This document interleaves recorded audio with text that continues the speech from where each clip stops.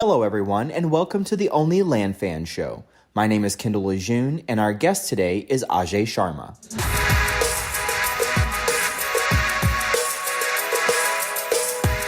Ajay has been investing in vacant land since September of 2020. After working in the land business part-time for just 18 months, Ajay transitioned to full-time at the age of 23.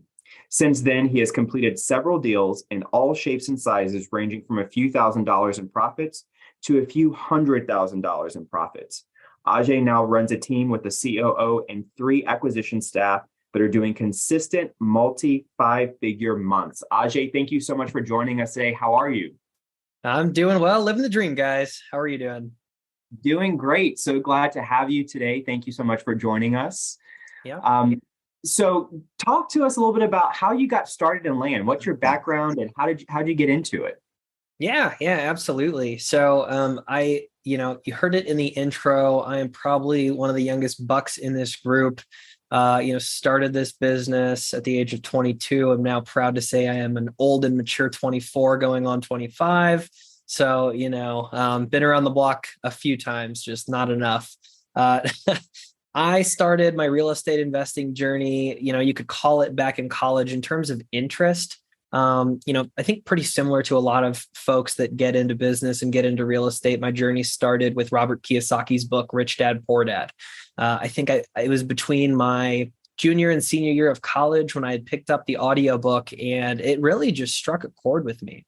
I mean, the whole idea of not working for money, about getting things to work for you, about income being produced and creating this value exchange in the marketplace just made a lot of sense in my brain. And, it may have been bad in the sense that as soon as I started working corporate and basically trading my time for money, there was an immediate disconnect. The fact that I couldn't do any activities to create more income for myself was an issue. Like, I couldn't sell projects. I couldn't do anything. I couldn't network aggressively. I couldn't work harder, work more hours. It didn't matter. Maybe my annual bonus would go from $2,500 to $3,000, but that was about it. And that just didn't sit well with me. So, like I said, had some real estate interest, had listened to a lot of Bigger Pockets podcasts over time, knew a little bit about a lot of niches.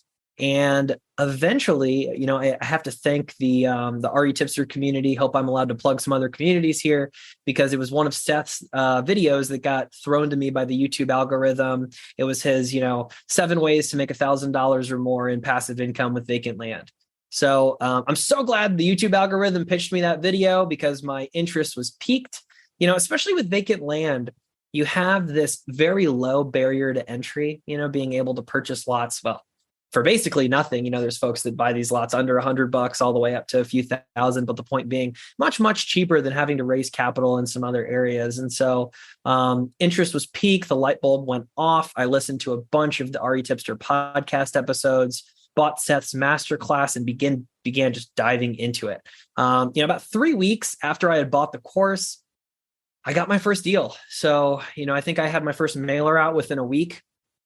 Like a lot of us start, I did the yellow postcards and a tax delinquent list. And I think it was Catherine said she was from Madison. I actually hit a county just one county away from you. It was Jefferson County, Wisconsin. That got me my first deal. So if I remember right, you might be in Dane County. And so pretty cool, but it was just one county over. And the seller was kind of this recluse that inherited these 6 different lots. And one of them was just this 1/2-acre riverfront lot, and I'd been working for a couple of months, but I had basically no savings yet. Right. I had maybe $5,000 to my name or so. And so this needed to be cheap for it to work for me at the time. I always struggled with the idea of raising money before I had any proof of concept. And so in my own life, I knew I wasn't going to go raise money to flip houses or borrow private money to do this or that, or even in land. I didn't want to borrow money to do something that, I can't tell you how your money is going to perform if I haven't done it, right? It just feels untruthful. It feels dishonest, right? And so anyways, this lead came into my pipe. No joke, was my first lead as well. And talked to this guy, negotiated him down to about $2,000. He had 1,100 in back taxes, had some junk he needed hauled off. So I bought this lot all in for about $3,500. Um, and found a realtor in the area that was a sixth generation native to this small town in Jefferson County. And she knew everything and everyone. And so before I'd even purchased this lot, she had a buyer lined up for $15,000. This is incredible, incredible. Within 3 weeks after that, my money had turned and I felt like I had more money than God. It was incredible. Now, again, I still had my W-2. It was paying me well. So it's not like I needed the income at that time, but I knew something was right. And so throughout the year, had done a couple more 5-figure flips just between $12,000 and $17,000. I don't want to say consistently, but probably one every other month. Thankfully, the COVID money had started to flow. And so, these lots were gone within a week or two of being on the market. A lot of infill lots in Florida. It's kind of how I got my start. Shortly thereafter, stumbled into a deal where I made just south of $300,000 and just plowed that into education, seminars, conferences, coaching with some, really, really renowned investors, Clint Turner, Travis King, and just got a very fast education in how the business works.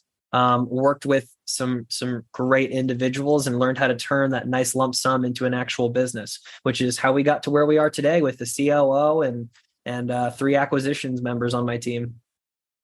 That's absolutely incredible. So much of your story resonates with me because when you were talking about how you felt limited in the corporate world, I was like, oh my God, he's reading from my diary, because I was a teacher. I started as a teacher and I always had an interest in real estate because my family had real estate as I was growing up. So I kind of thought that was just something that everyone did to sort of supplement their income. And having rentals and things like that. And so I always had a little bit of an interest in real estate, and my background is teaching. I was a band director. And so I remember, my very first day signing the contract at HR, they give you this table, and it's a table of like what you can expect your salary to be all the way up to like year 35 or something. And when I looked at it, I was like, oh my gosh, this is like my ball and chain. Like, I'm only going to make this much. There's nothing else I can do. And then I started freaking out. And that's how I actually got into wholesaling, started doing that on the side. And so much of what you're talking about resonates with me. I want to unpack some of the things that you talked about. So when you first got started, you were still working your full-time corporate gig and also doing land on the side. So how did you manage your time? How did that work for you?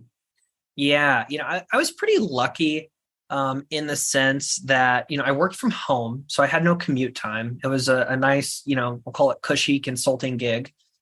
Truthfully, that job had quite a bit of work-life balance. So I was working probably 30, 35 hours a week pretty consistently, which in my opinion is a ton of balance. That gives you another 110 hours throughout your week to go get stuff done outside of sleeping, right? You spend an hour, maybe an hour and a half a day eating. You spend an hour and a half, 2 hours a day working out. And you've got a ton of time to do stuff. And again, this was during the peak COVID era. And I live in the Chicago area. And so everything was closed here. Everything. I also didn't actually grow up in the area. So I had no friends in the area. There was I couldn't do anything social if I wanted to. And so I just put my head down and worked, truly. And so I would work from usually 6 a.m. till about 8:30. And I would sneak some breakfast in at some point there, but breakfast is pretty quick. And then I would work a little bit more during my lunch break, and would try to get a phone call and an email in throughout the day if I could. That stuff's always easy to sneak in. It takes a couple minutes. And then I would usually get off work at about 4:35, go for a bike ride was usually kind of we had this beautiful trail where I lived at the time. And so I'd go for a bike ride for an hour, hour and a half, come back, shower, eat dinner, and then, work from 6:30, maybe 7 up until about 9:30, 10 and shut my computer and go to bed and do it again the next day. I think people really make choices throughout their lives. If you've read Mark Manson's book, The Subtle Art of Not Giving an F, he has this beautiful line in the book that you get to choose your own suffering.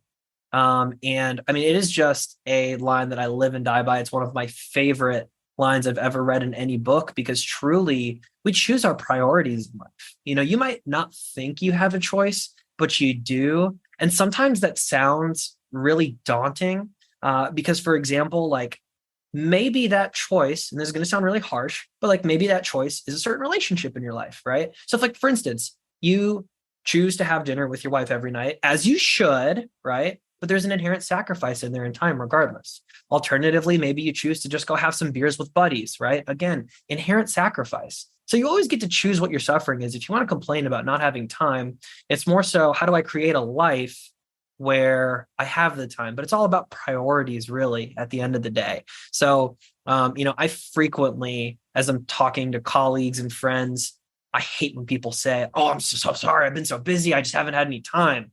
And I'm like, neither does anyone else, man. We're all busy. I don't know anyone that's like, "Hey, man, I'll get back to you quick. I got tons of time." I never hear anybody say that, right? And so I really think it's all about priorities. I mean, what do you care about? Go after the life that you want, choose those priorities, and then choose how you suffer, right? Whether that's, and I live a pretty healthy, in quotations, lifestyle. I eat 3 meals a day. I sleep 7.5 hours a day. I have a great relationship with my family. I have a beautiful fiance, and we spend, plenty of time together. Truthfully, she's a corporate tax accountant, so she also has a very busy lifestyle. But my point being, I live a pretty healthy lifestyle. I just think I prioritize things. Like I don't go out and party. I don't go clubbing like a lot of my 24-year-old, friends from college do. I don't see fun in the same light that other people do. I love networking. I love building my business. I'm a nerd, truthfully, but it's a lot cooler to be a nerd as an adult than it was as a kid. So I'm sorry, I'll go on and on. No, it's fantastic, because I think so much of, so much of the game is the inner game. It's the mental mindset side of it that I think not a ton of people talk about as seriously as like the nuts and bolts of doing the business. And so I love that, you're able to have that insight and figure that out. So I want to shift gears a little bit and talk about, Sure. So you got your start doing infill lots, right? You mentioned Florida infill lots. And then here comes this large deal that you made $300,000 on. So can you talk to us a little bit about that deal and what the differences were between doing that deal and the infill lots, right? Yeah. So some people are going to listen to this story and they're going to hate me because of how this deal played out, which is unfortunate. I ask that you continue to love me, but you're going to think what you're going to think. So that deal actually was from the same lead I did my first deal on. If you remember, I said that owner owned 6 parcels of land. One parcel was that half-acre riverfront lot that I bought because that was all I could afford. Well, as time progressed, I built a reputation. I built up a little bit of cash, and my tool belt just grew. Okay. And so, truthfully, I was at a lunch with one of my best friends growing up and his parents, and they had just downsized and said, "Hey, we've got X amount of dollars in a bank account," and it was in the 6 figures. And they said, "Could you do anything with it?" And I was like, "That's a lot of money, and I don't know." Right. And at the time, I'm 23. I may have been 22, about to be 23. I had done, no joke, probably 5 or 6 deals at the time, and they had just offered me well over $100,000. And so, man, my mindset shifted from like, how do I put this 20 grand to work that I've got in the business to how do I go put 6 figures to work in a vehicle like this?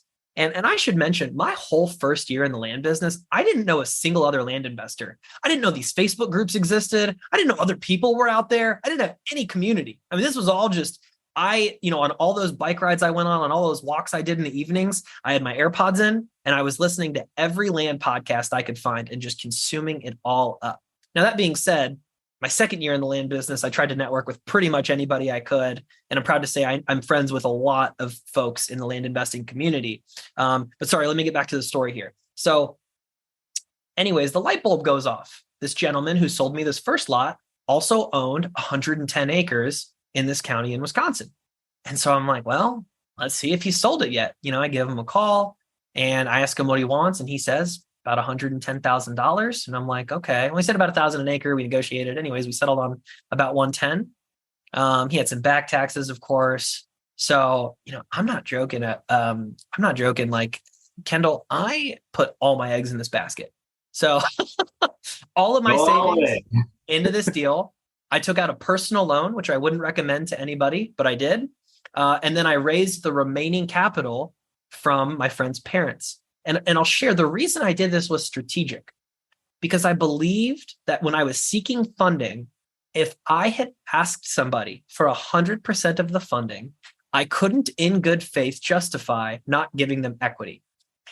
If I paid for half the deal, even if it was from a personal loan and all my savings, I could negotiate an interest-based loan.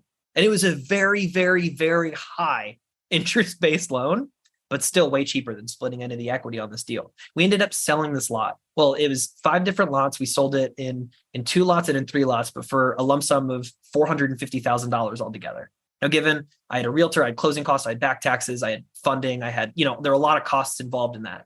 But I profited almost $300,000 on that deal. And so again, used it as a catalyst to learn how this business worked, to network with other investors, and to get on a plane and just not be afraid to take the next step. But that's how I got to that deal. That is absolutely incredible. That's one of the cool things about this business is you never know where a connection or a lead is going to take you. I've heard so many stories about people that they've gotten so many deals, either in huge volume or in huge profit just from doing one deal. And they said, oh, I have another piece of land, or, oh, I have a friend that has a piece of land. So you never know where these deals are going to go. Right. That's absolutely incredible. So you mentioned that you went all in on this deal. This is very different from the infill lots that you were doing before, right? And so what gave you the confidence to say, you know what, I'm going to bet the whole farm on this deal?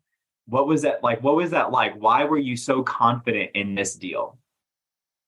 I'll tell you really honestly, Kendall, I just done my research, as simple as it sounds, right? And I'll give you an example that I'm stealing from Bridger Pennington. If you followed any of his content at all, this guy runs a social media content platform. He sells funds and that kind of stuff. But anyways, he talks about when you're raising capital, right? What we're truly looking for is a deal as land investors, right? So we do 2 things as land investors: is we're premier at marketing and really good at getting the right information. And if we can market to both buyers and sellers, and we can acquire the right information, we're always going to be able to run our business, right? The rest is easy. It's just activities, right? It's the marketing that's hard, and it's the information that's hard. You marriage those things, man, and you're off to the races, though. And so I bring that up to say, I had a deal, right? I was buying this thing for 110. I could not find a single piece of rural land within 100-mile radius that were selling for less than $3,000 an acre. And so I knew my worst case scenario, and that was over the past year and a half. I truly think I undersold this thing, which I didn't realize till 9 months later when I had more experience. But I was like, I had several cash offers before this thing hit the market. Okay. Wow. And so it was another one where I got my money back really quick. But the point was, I knew for a fact, based on my research, there was nothing that had sold less than what I was paying for this thing significantly, right? Number one. Number two, I still had my W-2 at this point. So truthfully, I didn't need any of the money from this. I could live off of my income. So it didn't matter. So, people would hear this story and say, oh my gosh, that guy takes risks. But truthfully, I looked at my worst case scenario and I could sell it for more than I bought it for. And I had income to pay my bills. So in my mind, there was zero risk, and there's never truly zero risk outside of risk-free treasury bonds under the event, the US doesn't default on debt, blah, blah, blah, blah, blah. But my point being, my perception was this was a very low risk investment. Anybody who has ever invested in Tesla stock has a higher risk tolerance than what I did in this deal. Okay. And so take with that what you will. I probably just upset some people, but that was my perception as I was doing this. That's a really good point. I think you have to be armed with knowledge about, do your research, do your due diligence, and let that inform exactly, what you think the risk is going to be and your risk tolerance. I think you also bring up another really important point is that you also had another job going at the same time. And so that's a little bit of a different scenario from someone who, quit corporate America 6 months before and all they had was this 100K lump sum to live on, right? So it's a Right. little bit different, but still, my gosh, so inspiring. That's incredible. So you mentioned that you already had some cash buyers lined up for that deal before it even hit the market. How did you go about marketing that before listing it?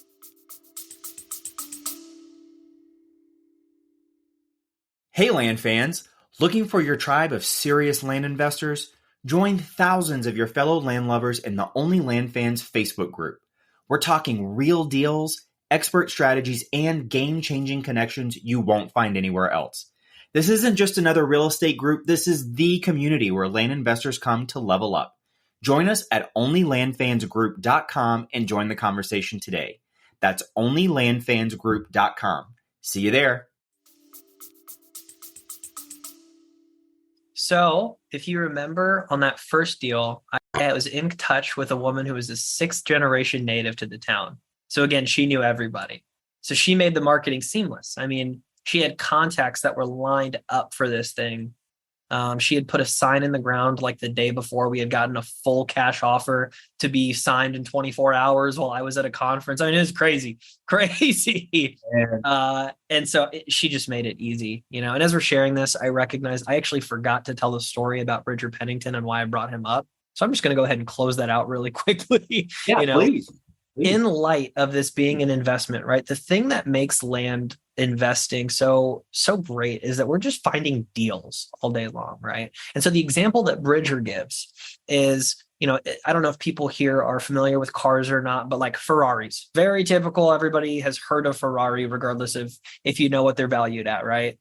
Very basic, brand new Ferrari goes for roughly $250,000, give or take some tens of thousands of dollars. I have no ambition of buying a Ferrari. I'm not a car guy. This was more so just for the example's sake that I've looked into this. If I told you this car, brand new, is $250,000, right? Now, given you lose some value when you drive off the lot, blah, blah, blah. If I said to you, Kendall, hey, there's this guy, he needs cash.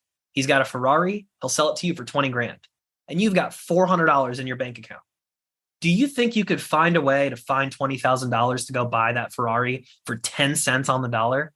Oh yeah, I would figure out a way.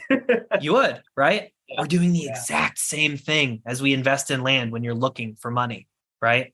And so I just encourage people to really think through the lens of like, we're deal makers. That's all we do. That's what my mentor and our partner, Clint Turner, says all the time is we as land investors are just deal makers.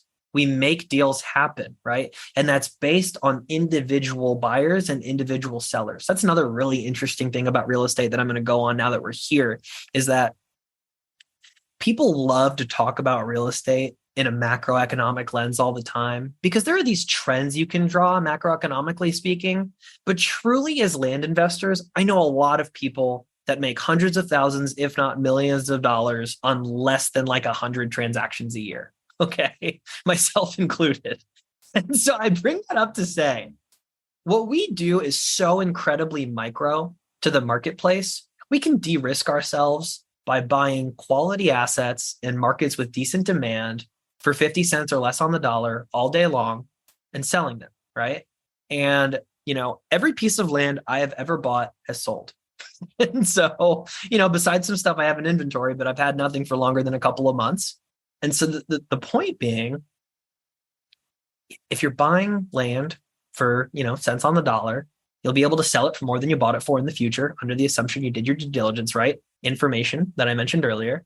And as long as you're marketing those properties to people that would be interested in buying them, and it's your job to find that information to market those appropriately, or at least get it on the platforms in front of eyeballs, you're always going to churn, right? Because it's micro. It's an individual buyer, an individual seller. If you can match those things up, you're going to make money all day long. It's how brokers do it, just in a different way, right? Absolutely. That's incredible. So when you were doing your, so obviously with this large deal, you bought the property, closed on the property, and then you had it to go ahead and turn around and sell it. So you essentially flipped the property, right? Correct. Did you, when you did your infill lots, did you do the same thing, or did you wholesale those, or what was your approach with those when you first? Yeah, I've done it all. So like most of the time, I purchase my properties outright, just because I think it gives us a little bit more flexibility. Now, again, choose your own suffering. So there's a trade here, right? When you buy the property, you either have to outlay cash or give up some equity if you're using a funder, right? So that's your sacrifice. Now the benefits are you might be able to market this property a little bit more aggressively using a realtor, going through MLS, actually talking to folks and them not having not having the question of, are you actually the owner? I don't see your name on the deed, right? And I think everybody here knows you get that question all the time. And there's things you can do to work around it, right? Either we have marketable interest or we're under contract or whatever you say when you're on the phone with these prospective buyers, but it gives you a little bit more freedom. And so as I was learning the business, I just liked the simplicity of taking title and then listing it with a realtor, because my business was, I'm going to call it automated because I could delegate key activities very easily. For instance, truly, when I'm going to call it COVID money was floating around, and when I say that, think like mid 2020 through end of 21, early 22, I think we started to see a shift probably like around the time these interest rates started going up, right? So like March, April, May, June is when we started to see a shift in the market of just less buyers and less cash buyers. And we can dive into that later. But my point being, during that era, stuff would fly off the shelves, especially if you had it priced appropriately, And so my strategy, whether it was good or bad, I probably left a lot of money on the table, was I would purchase a property through title. I would use my own cash. I would list it with a realtor that specialized in land. I would list it aggressively so it would sell in 30 days or less. And I would sell every single time. And it didn't matter what I did otherwise, because these were high demand areas where people were buying and I was the cheapest on the market every single time. And so things kept selling and I kept, making money. And so I was like, well, don't broke it if it ain't, don't fix it if it ain't broke, right? So that's what I kept doing. And then, eventually the market started shifting and I had to pivot a bit and make some changes, but we can dive into that later. So that's what I was doing for a long time. That being said, I've done double closings, I've done assignments, I've marketed properties, I've talked to builders ahead of time, I've built buyers lists. So I've dabbled in the world of wholesaling. Truthfully, right now, most of the properties we buy, we get under contract for 90 days and try to pre-market them just so that, we can, again, you get to choose your levers, right? So as we've seen the market slow down, we've said, okay, let's just be a little bit less risky. If there's a property that, I always tell my team, if it has at least $20,000 in margin, let's get it under contract and see if we can double close on it. Let the market tell us what it's worth. And I always do that in good faith. That's not to say I'm just getting all these contracts, under contract and telling these buyers we're definitely going to buy it. And then it's like a crapshoot. Like most of the time when we get it under contract, we think it's a good deal and we usually close. So, yeah, that is what we have done traditionally. And like we've done some different strategies and have now transitioned into offsetting some risk. Nice. So as you're getting these properties under contract, obviously the market has shifted. So things didn't move as fast or as in the same way that they moved before, right? And so You mentioned that you got these properties under contract. Is it a 90-day option that you had on the contract, or how do you guys go about doing that? Yeah, so that's what we're doing now.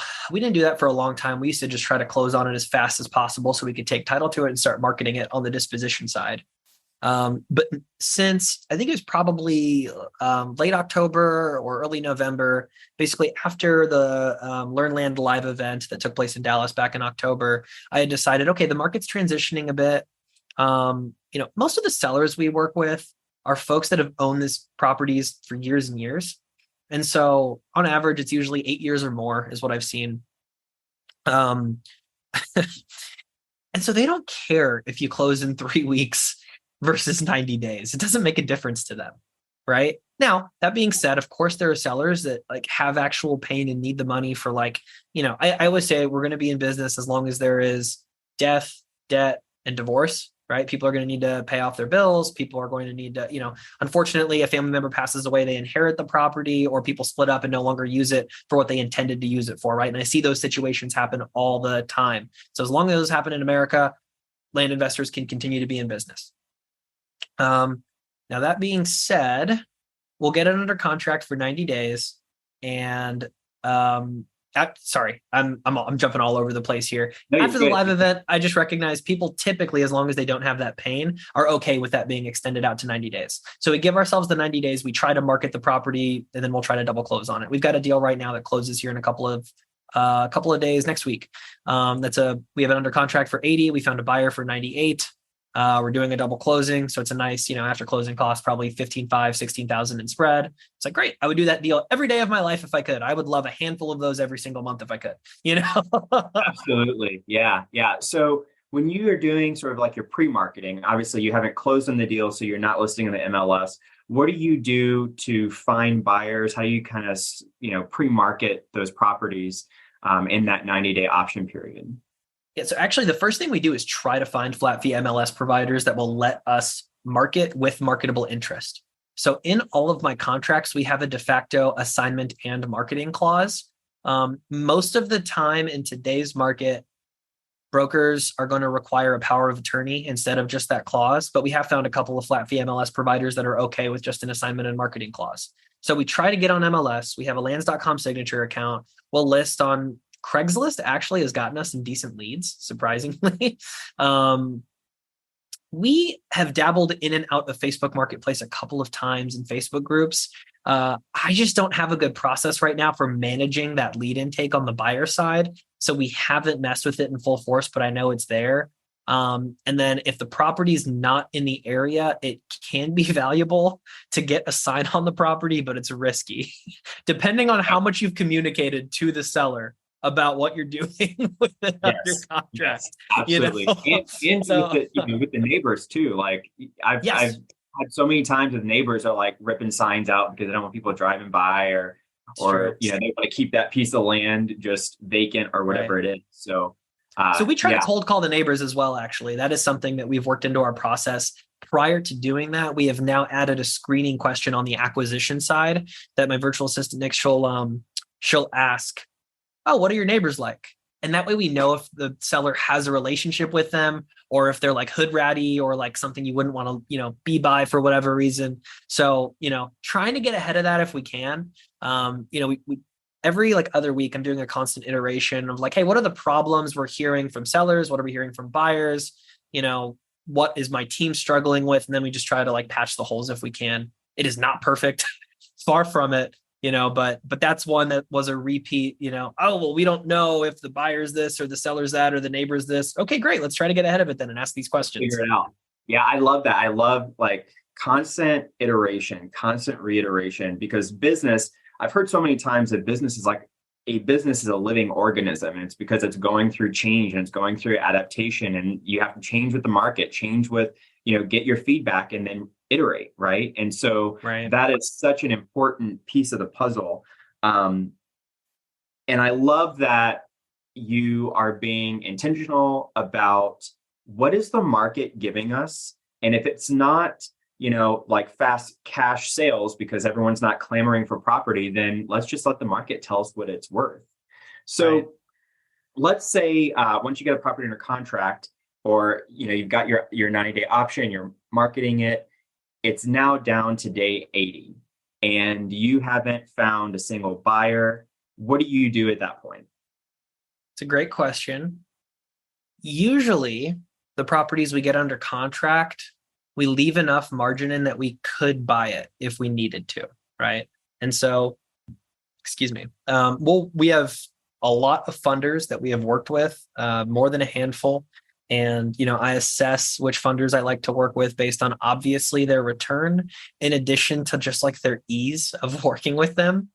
So now I have relationships where people just ask me where to send funds, because they've made enough money with us. They've worked with us enough times that there doesn't need to be, hey, let me see this and review this. And like, obviously, if you need to do, like, I'm never going to push back on if somebody wants to review where their money is going. By all means, review it. But if I can have a relationship with somebody that trusts me enough to just go ahead and send stuff out, I've done my due diligence. You're welcome to take a look at this. I'm happy to send you anything that, we've whipped up and get a second set of eyeballs on this. But truly everybody on my team's looked at it by the time funds are going into it. And so we've got a deal right now in Los Animas, Colorado that's looking like that we've been marketing. And we've had 7 or 8 decent leads that just haven't gone anywhere on the buy side. But truthfully, I think it's just one we're going to have to use some funders' money on, and we'll take title to it and then market it that way. I'll mention any property we've gotten under contract that like has that margin. If we don't get a single bite in the first like 30, 45 days, we usually just tell the seller it's probably not going to work. I mean, if we have 0 leads that come in, we're just, we want to be upfront with them sooner rather than later. I don't want to lead them on. I don't want to give them false hope. So as soon as I have some kind of indication of like, dude, nobody wants this property for this price, I'm going to communicate that with the seller and be like, hey, we've got some options. I can buy it for X price, or, I can cancel our contract. And, I used to have really good verbiage of like, oh, I would say I can release you of your contract. Cause then it always sounds like I'm doing them a favor, even though it's kind of an inconvenience. Yeah, I love that. But framing and language is so important, like it puts is. people in different mindsets and different perspectives. And so, I love that. I can release you from your contract. I'm going to use, I'll be using that one. I'll be borrowing that one from you, Ajay. By all means. That is awesome. So when you are in that particular part of the process where you're like, this is not going to work, do you renegotiate with the seller and then market a little bit longer? Or you mentioned that you could buy it at a cash price. How much lower is that price? If you haven't gotten a whole lot of feedback from the market on that property. Yeah, it's a good question. So, what I tell my team when they're comping properties is, go ahead and run the comp, see what we get. Give me a range, right? So I'll typically tell them 20% up and down of what you think it's worth. What that means is if they think a property is worth $100,000, send me a range of 80 to 120. Okay. The reason for that is if a seller tells me, they want 95 for it, I might try to get it under contract and see if I can dispo it for, 105, 110, 120, whatever, right? If I can make 7 to 15 grand on it, I'm not upset. That being said, I will comfortably purchase anything 50% or less of that lower limit. So, if we say 80 to 120, if I have to renegotiate because I'm not getting any bites at 105, I'm going to tell them I can buy it for 40, right? That's my cash offer. And, they can do whatever they want with it. They can tell me, dude, that's not going to work. Or they can say, maybe we'd consider that. Could you go up to 45? And then I'd say, let me talk to my team, and we go talk to a couple of brokers in the area, try to do some more due diligence. And I go back to that information piece, right? Why are people not buying it? Is it a time of the year, right? Oh, well, guess what? It's winter in Wisconsin, so stuff's just slow. Oh, okay. It's going to sell in the spring. Great. Right. Is it that, maybe it's an ugly property and I just didn't realize it. Maybe I need some boots on the ground to tell me, dude, there's a sofa or a tire in the front of it, and anyone that drives by it just doesn't want, so it's a matter of getting that information. And then maybe it's just, there's no demand here. People aren't buying properties, right? But we always assess for that. Again, I like to stay below the Sun Belt if I can, or just in areas where people are migrating to. So like, in the past few months, I've done deals in Arizona, Colorado. We have properties under contract in Texas. We've done a lot of stuff in Florida. We just got out of one in Oklahoma. So just, below the Sun Belt, areas people are moving to, right? If that's happening, people are buying. If I see sold comps, I'm happy.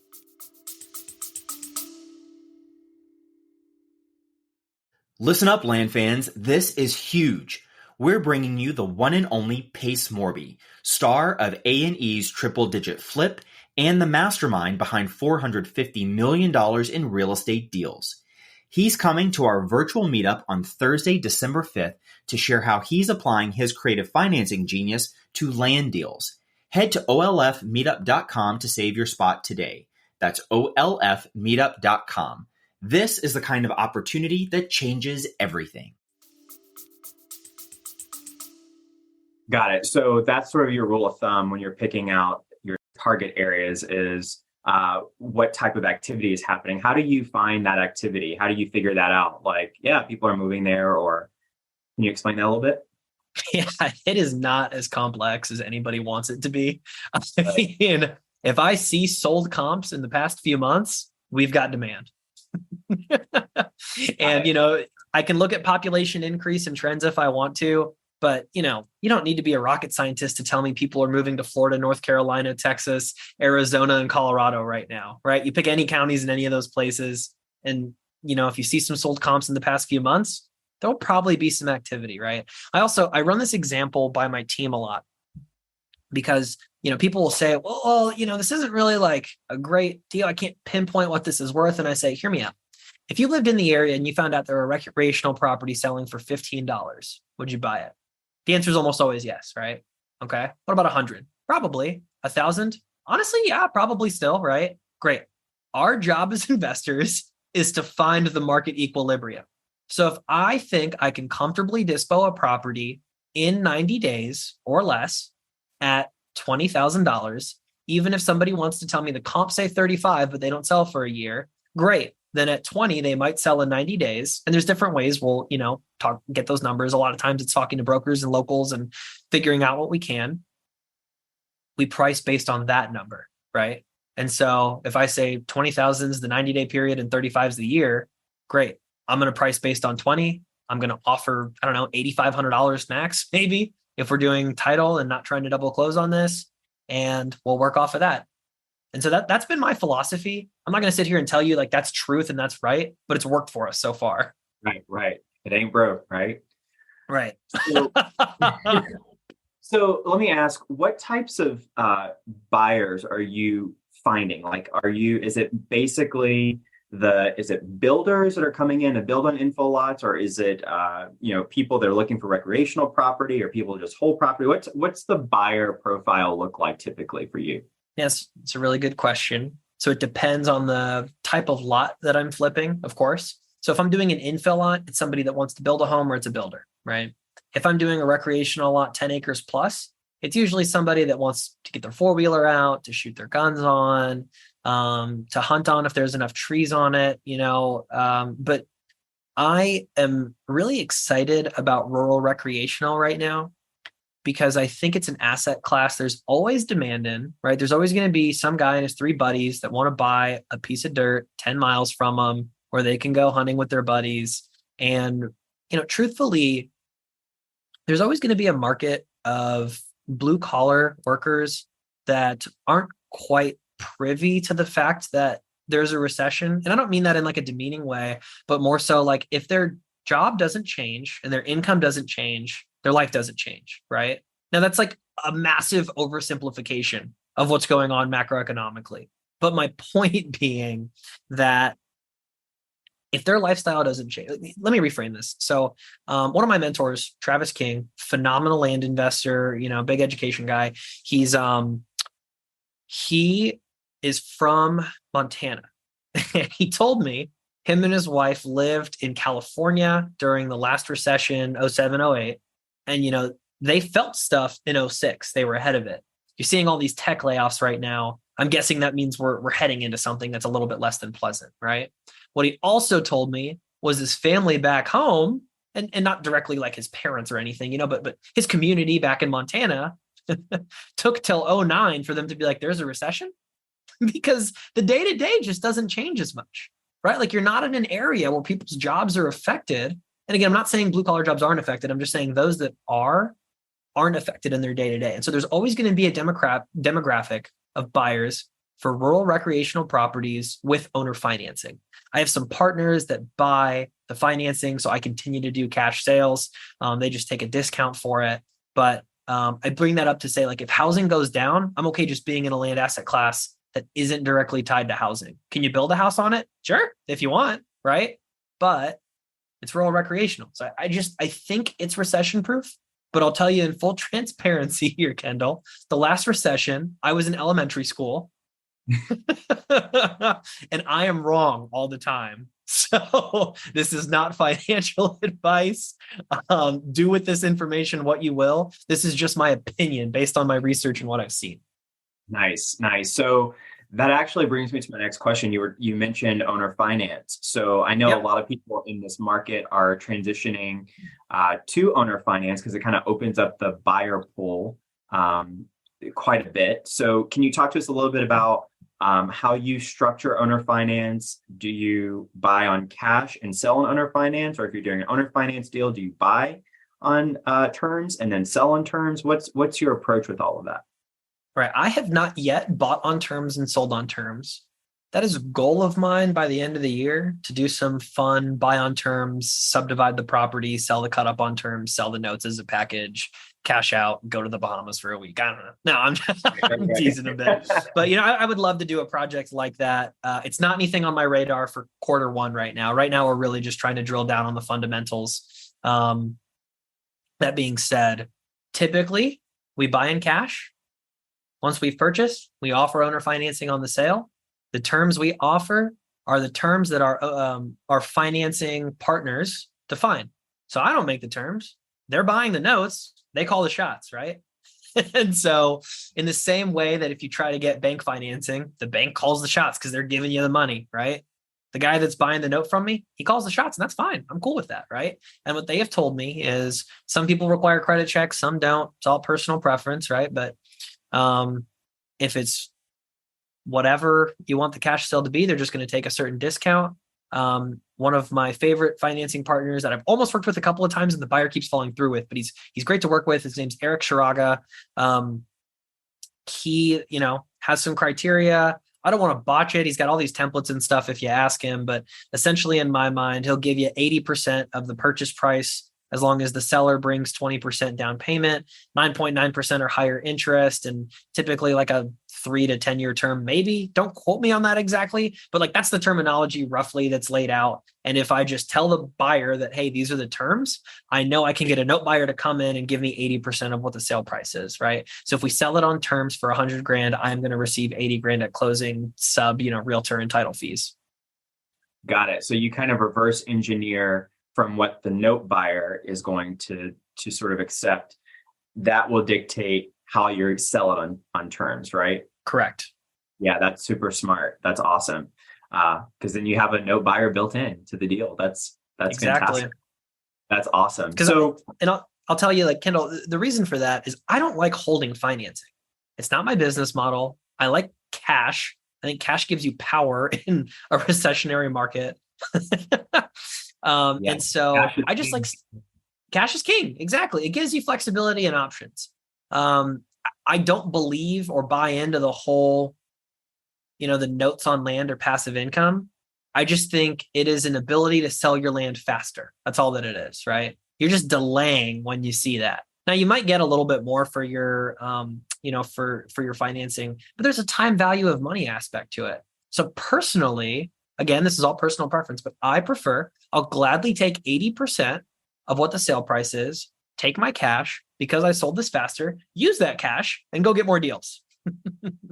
Right. Absolutely. That's fantastic. I love that. So I want to talk about when you transitioned from doing a part-time infill lot business as you were working full-time. What was that transition like? How did you move from corporate America to now I'm a business owner? Can you talk about that transition a little bit?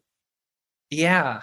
It's kind of like the transition of going from like high schooler or college student to working professional. You just get thrown in and you figure it out.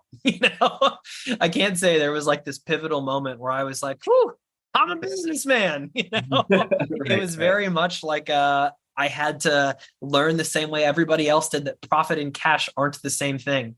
That's a painful lesson, right? You've got overhead. And if you put your cash into deals, all of a sudden on the books, you made $20,000, but you bought a lot. So you have no money. And guess what? You have rent to pay and you have employees to pay. And so, that situation's not happened to me. But the point being, I just had to learn these lessons on my own, in terms of like emotionally what happened in the transition. It was just one day at a time, right? I don't have any like magical statement for you as to how that played out. I woke up and did the same activities that generated revenue, and I was able to do it more and with more energy and with more focus because I could chat with my mentors more and network more aggressively. But it just allowed me to do more. I can't say it was drastically different. I will say I felt a lot freer. Being in control of my time is awesome.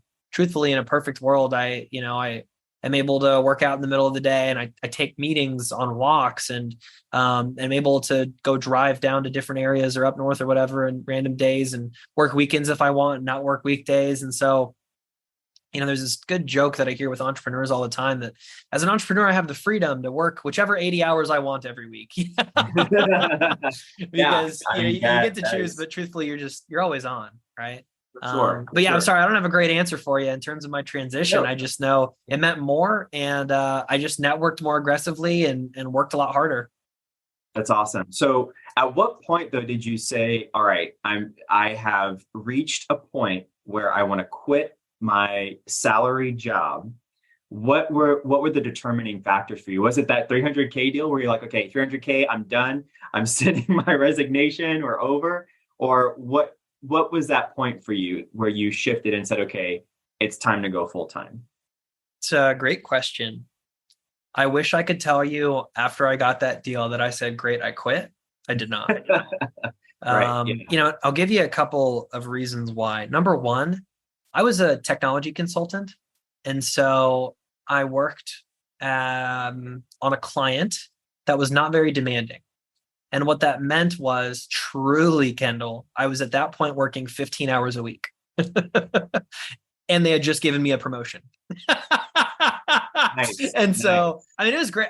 I don't know how, but truly this is another just fact of prioritization is you can give off the perception that you work way more than you do if you just drive urgency into your life. Like if you turn things around quickly and always have your stuff done, people are going to think you're always working. And it's not like I lied about stuff. I always prioritized my job over my business, but I didn't ask for more work, truthfully. And so Right. I did my job. I did it well. I did it so well to a point they promoted me 6 to 12 months before anyone else in my start class. And the demand was so low. Truthfully, I said to myself, I don't know how I'd fill this extra time yet. I didn't know enough about the business. I wasn't doing enough marketing, which was truly the easiest lever to pull. If I had just known send more mail and that's all it took, then I would have done that. But at the time I didn't. As funny as it sounds, I had done this big deal. At that point, Kendall, I had only completed like 6 or 7 deals in my entire life. I didn't know anything about the business. So that's where I doubled down and said, I'm not quitting my job until this is a business. I don't just want cash. I want a machine that spits out cash. I want to understand what levers to pull. I want to understand why this business works from a macro and microeconomic perspective, how to run a team, what KPIs are important. You don't need all that necessarily, but like truly when I boiled it down, I told myself I just want 1 or 2 deals a month consistently, and then I'll quit my job. And I also said I wanted to know how I would fill my time otherwise, because truthfully, if you heard from my earlier example when I got started, like I'm a bit of a workaholic, like I can't turn my brain off. And so what that means is if I only had 20 hours a week in my land business, I'd probably have started another business because I wouldn't have known what to do with my time. I wouldn't have known how to scale it. That's where the coaching came into play. I was able to ask those questions, get myself to a place where I knew, okay, do more marketing. And when I finally got to the point where I said, I am losing money by working this job, I quit. Nice. That is a huge statement. Can you say that last line one more time? I don't know if I can say it as well. What did I say? You get to a point where you lose money doing. Yeah, I finally, right. I had gotten to a point where working in my corporate job was actually losing me money. So I quit. I mean, the trade-off of time in this vehicle was not as lucrative as the time in the land business. And so I needed to reposition my time to get that higher leverage for the activities I was doing to produce more income and more wealth. Absolutely. I love that. That's such a huge point for anyone that's thinking about making that transition from, a W-2 to a business owner. That's fantastic. I love that. So can you walk us through what building your business looked like? So what people did you hire? When did you start did you start an LLC? When did that happen? I know it's kind of different for everyone because it's a little bit of a messy action situation for a lot of people, unless you have coaches before that. But can you walk us through a little bit about how you started your business and what those first few months look like as you built? Yeah. So you mean early on or after I quit? Let's do both. Let's do early on through the time that you quit and what that looked like. Yeah. So early on, I told myself I would create an LLC after I got my first deal. Once I had proof of concept, I'd do it right. And that's what I did. And so after I sold my first deal, I said, great, I am going to form an LLC. Gratefully enough, I didn't sell another property the rest of that year. It was September. I sold the next property in October. My mentor, Clint Turner, he likes to say, all the work you do up through August is the fiscal result that you'll typically see through that year. Outside of maybe that perfect expansion market where things are selling like hotcakes. And so in mass anyways, I didn't get another deal that sold before the end of 2020. So it's very easy in terms of taxes that first year. Wish I could say the same about any other year. After that, got my LLC going, got the bank accounts going, had mail going out of the bank accounts, that kind of a thing. And I was just doing the yo-yo that beginner investors do, especially when they're buying their own deals. I would send out a batch of mail. I would let the deal come in. I would sell the deal. I would use that cash to buy more mail. And I repeated a few times. And then I got that big deal. And then I had enough cash to do whatever I wanted. So I started sending out mail on a monthly cadence. I hired the coaches. And then, over the next few months, understood, hey, like what buttons do I push to make this go big? And then that brings in the next part of once I quit my job, it was like, well, how do you scale? Truthfully, more marketing. It's that simple. I think people really overcomplicate this business. It comes down to marketing and offers made, right? Now there's sub pieces of that. Your sales process matters on the acquisition side. Once you get things under contract, don't drop the ball, blah, blah, blah, blah, blah. But all that stuff's easy, right? It's really simple. Not all of it, but my point being in mass, if you send out good marketing to good lists and you follow up with your leads and you make offers, you're going to get deals. It's as simple as that, right? And so I just did more. And then all of a sudden I had more calls and I had more follow-up. And then, when I had too much to do on my own and I said the question again of, oh my gosh, I'm in my own way. I'm losing money, right? Like I don't have enough hours in the day, or I'm not prioritizing the things that I should be that normally bring in dollars. I brought in my first employee, which happened to be a Learn Land Acquisitions VA. And so they came in, they were doing some text messaging. Basically, I introduced a new marketing channel. I wouldn't actually recommend that to anybody until you have your first marketing channel down, more or less. But it's a whole separate discussion. They were doing some text messaging, my initial due diligence, and then I was coming in and closing. Eventually, we got that process down, brought in another VA full-time texting, and then I have another US-based person that's just closing deals now. And so that's my acquisitions team. I've got 3 people on staff, and then my COO is overseeing day-to-day operations. So truthfully, in my land business, I'm really only working 10 to 15 hours a week now, which is great because I have some other adventures that I'm pursuing, and they fill plenty of my time, which is actually how you and I got connected, which is awesome. But that's kind of how that played out. That's incredible. I love that. Can you talk to us a little bit about, for people who are not familiar with a COO, what that position actually does in your business, and how did you come to the determination that you needed a COO? Yeah. So instead of speaking in it in terms of COO, I use that because it's colloquial language that people tend to understand. I'm actually going to reframe that in, you're familiar with Traction by Gino Wickman. Incredible book. If you haven't read it and you're running a business, I would highly recommend you do so and begin running your business on the entrepreneurial operating system, which is the framework they give everybody to that's a business owner on how to run their business. Now, I don't run my business perfectly on Traction yet. Truthfully, I'm getting closer to it. But the reason I bring it up is because he introduces this topic of a visionary and an integrator. Okay. And basically the visionary is the guy or gal that's incredible at just coming up with ideas, right? They're great at relationships. They're great at sales. They're great at speaking. They're socialites. And they have a lot of strengths. They're great speakers, right? They can really bring in a room. I'm proud to say that I'm a visionary. Visionaries also have a lot of shortcomings though. I hate detail-oriented tasks.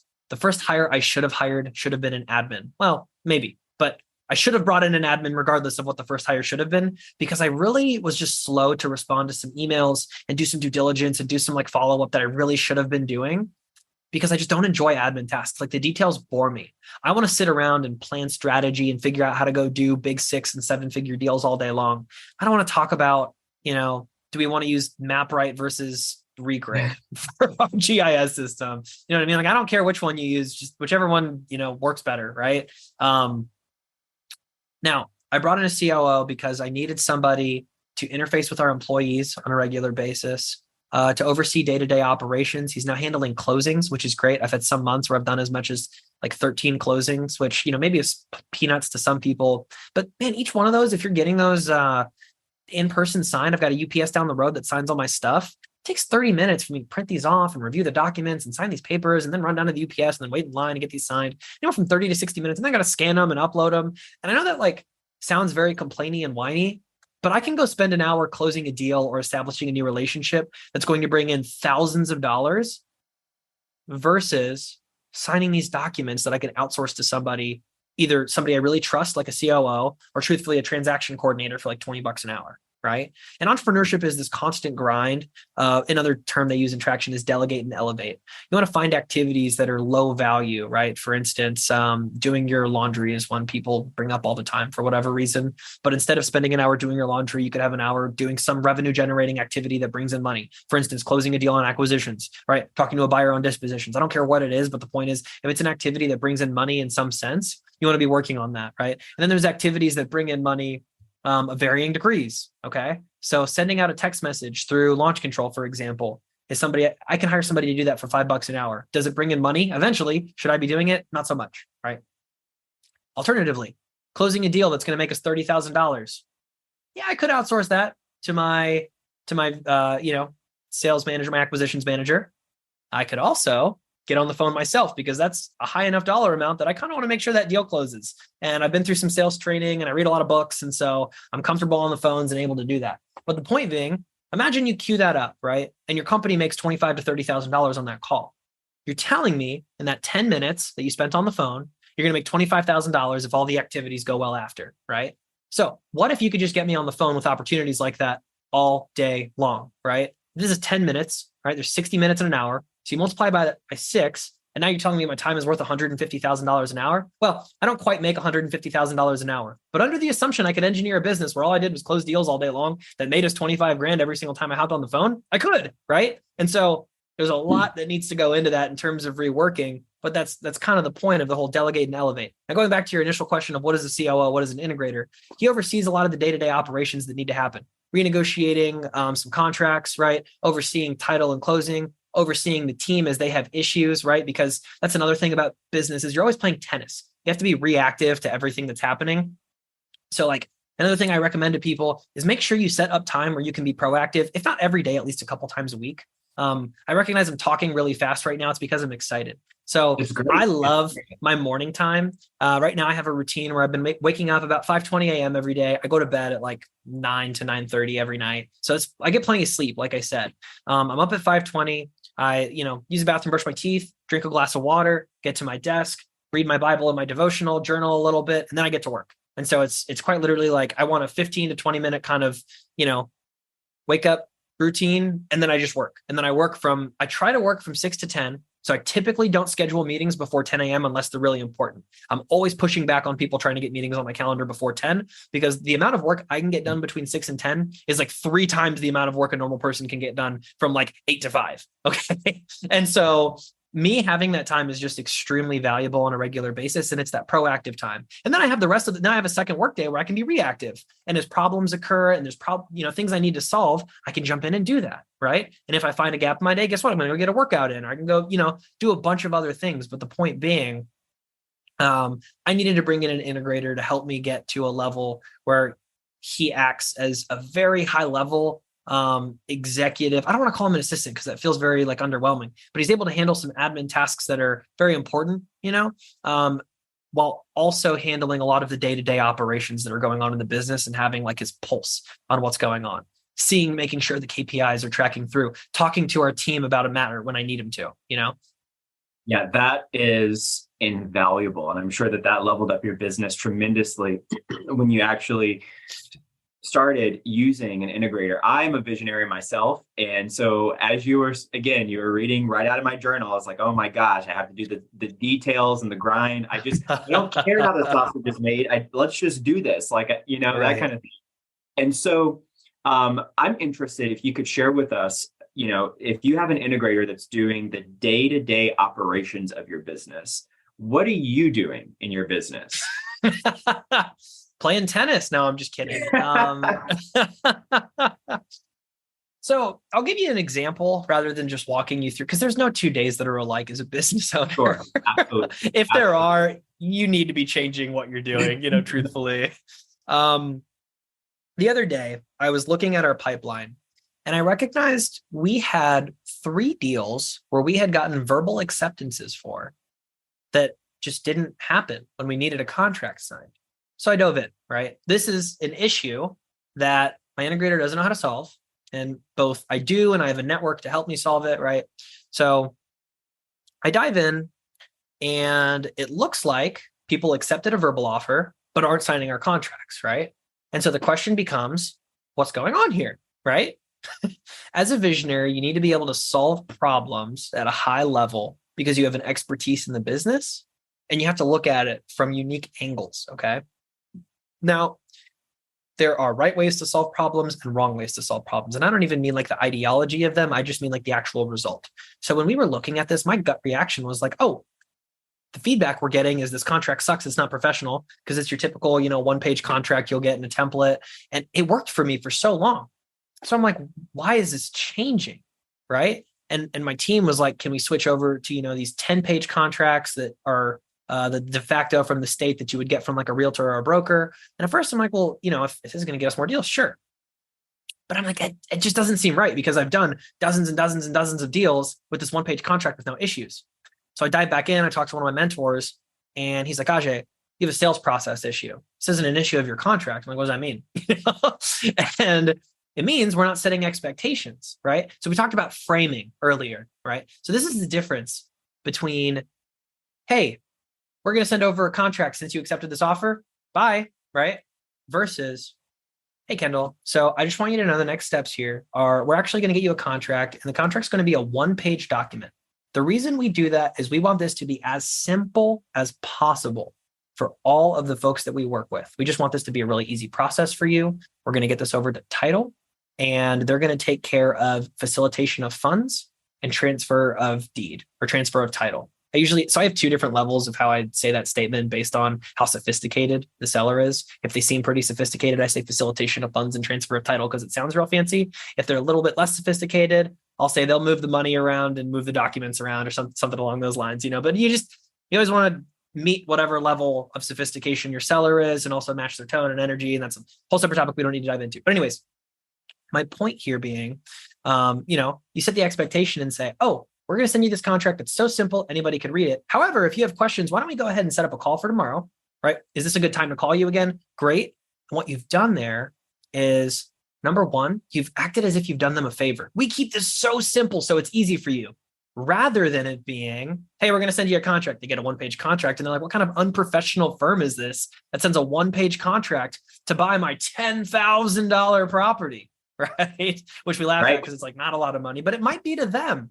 And this, again, is a very individual thing. Yes, right. Absolutely. Exactly. And so being mindful that the issue was not an issue of the contract, but that we weren't communicating expectations. And the reason this surfaced is because I brought in my acquisitions manager in November, and I only gave her so much training, and I make mistakes. And so I had a gap in my training where I had never trained her how to set expectations with sellers about the contract.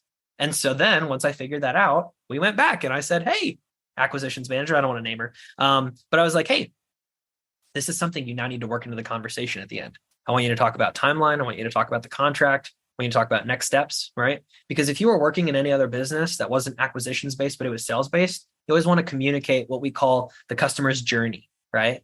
So they're working with you. They want to know what their next steps are, right? And so you want to communicate the journey while also diving into the sales process, setting expectations and framing. And once you do that, you're going to have a much smoother process through and through. Yeah, that is a problem I solve as a visionary. Sorry to cut you off there. Yes, no, that's it. That's it. So looking at the larger issues and figuring out, okay, well, how do I, grease the wheel at this point in our process? That's what a visionary does, right? And so that is incredibly great information. And I think, you spoke to a couple points that I wanted to kind of highlight is the fact that we so often doing the land business, we do contracts every day. We buy and sell properties. That's what we do as our living, that's our vocation. And so when we're dealing with buyers and sellers, more often sellers that they've only ever maybe bought a house and gone through that real estate transaction one time in their lives or maybe twice in their lives, they're not always as comfortable with the process or know exactly what that's like. And so we had we had that exact same situation happen in our business, and we actually created you talked about the customer journey. We created a one-page document that is the roadmap to closing, and it's like a little visual diagram that says this is what you can expect. You sign the contract, then it goes to this, and then it goes to this. Because we were having situations where sellers were like ghosting the title company after they signed because they weren't comfortable. They didn't know what was coming up. And so that's a great point. It's a great example of finding a problem and then figuring out a way to handle that problem as a visionary. And that now becomes your standard operating procedure, right? Right. And I think it's also worth mentioning that, there's an opportunity for, improvement across everything you're doing, right? But in your contracts, as you're sending these over and setting expectations, I just lost my train of thought here. Oh man, that's painful. When you get going on something and oh yeah, I get it. It'll come to you. I think I lost it. Go ahead with the next topic. No, but that's an absolutely great look at the insight of sort of how entrepreneurs go through the journey and what the evolution of business looks like. Oh. And yes, go ahead. I remembered. I'm sorry. I didn't mean to cut you off there. No, please Trust go. is what I wanted to drive into. So anytime, right? So we're talking about the sales process right now. If a seller ghosts you after you've agreed to a price, there's a disconnect in trust. That's the issue. They think you're a schmuck. They don't think you're going to close. They don't think you're trustworthy. They don't trust the title company, but there's a disconnect, right? Which is also where you want to set expectations. Hey, you're going to get a call from Ability Title in Florida, and my gal Nicole is going to give you a ring, and she should reach out in about 7 to 10 days. Here's how long the process takes. If they know what to expect, they're not as surprised. But if the phone just doesn't ring and their email inbox doesn't get an email for 3 weeks, and in your head, you've got it in your pipeline. So as far as you're concerned, right, it's in the right stage in your pipe. So everything's all dandy. But they're wondering what's going to happen to this property that I've inherited, that I've had for years, that I'm going to use to pay off my car loan or my this or my that, whatever it is, right? And so we want to be thinking through the lens of like, where are all the areas a seller may not trust us in? And how do we get ahead of that, right? How do we get to a place where they do feel like they can trust us? Because like as investors, we plan to deliver. We're working in good faith, right? And we want that to show. And so that means sometimes more verbal communication. Sometimes you need to get on the phone more than you need to send out emails. Sometimes that means you need to communicate more often, right? Even just a reminder email or a reminder text message or voice memo or whatever, every like Friday or so, hey, things are going well. Just wanted to check in on you, whatever. That stuff goes a really long way, right? And each seller is a little bit different. Like some people don't want to be bothered, but some really do. And they talk to you for 35 minutes and that's how you know, which means you don't want to call them, but you probably should, you know what I mean? So Absolutely. I just wanted to bring up the whole fact that it's really about trust as you dial it in. Yes. And I want to add on to that is that what you did in that scenario is you identified a problem that they weren't, they ghosted you after they accepted your offer. B, what was the issue? Why did they ghost you? And you identified that it was trust, right? And then C, what you did was that you said, okay, well then how do we garner trust, right? So you kind of had like a 3-step process in that.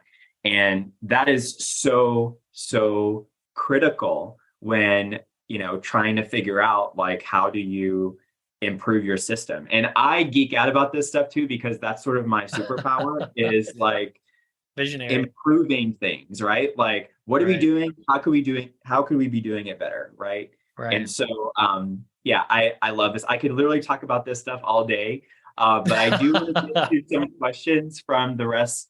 But before we do that, I want to ask you sort of some quick fire questions. Sure, man. So, what tools do you like to use in your business from a technology standpoint? You mentioned, Traction to run your business, the EOS software kind of thing. What other tools do you like to use?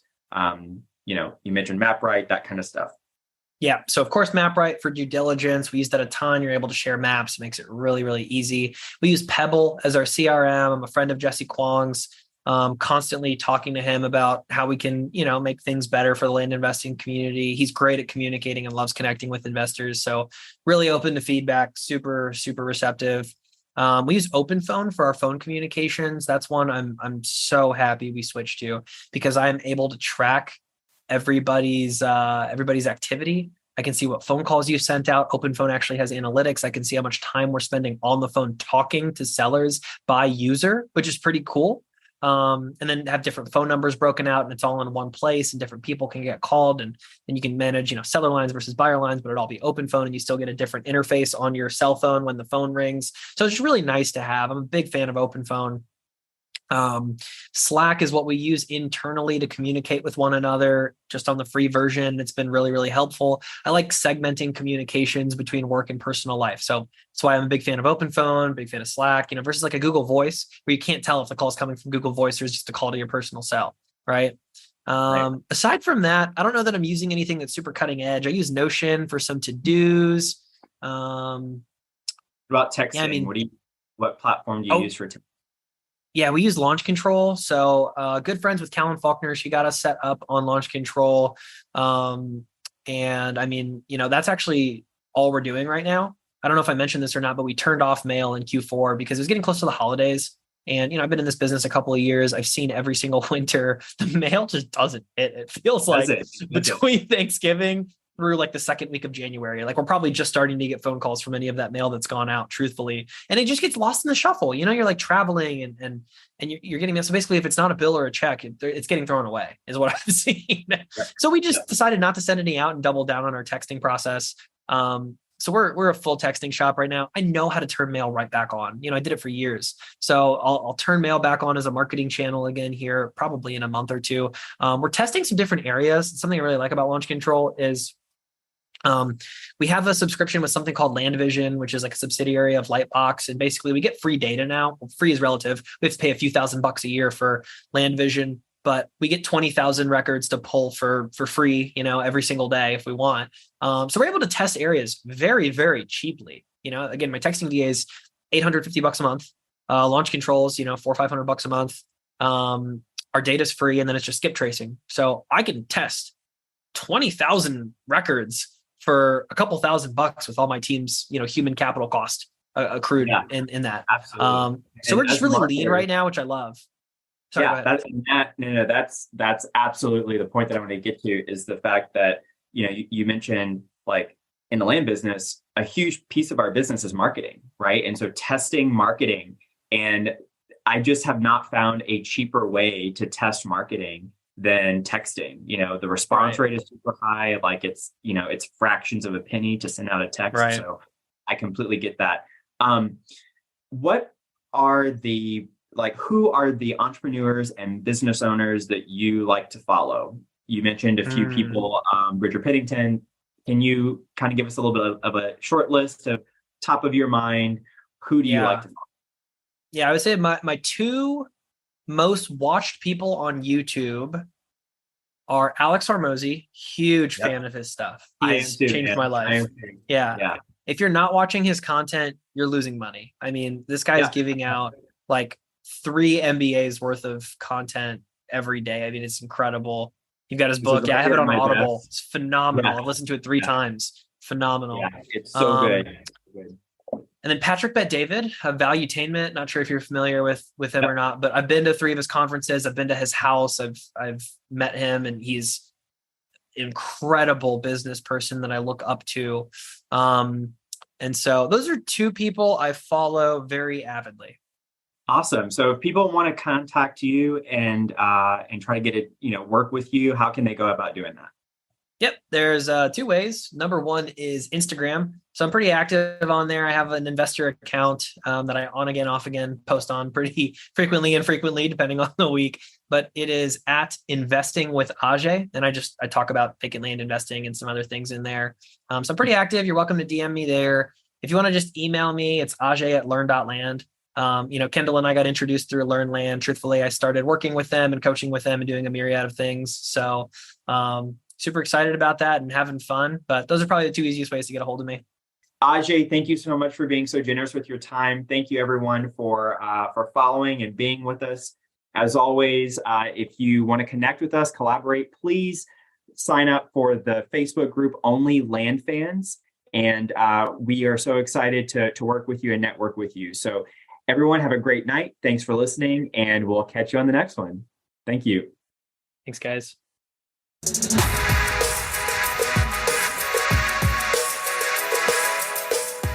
If you're interested in hearing from other seven-figure land flippers about how they've started and run their businesses, then join us at OnlyLandFans.com.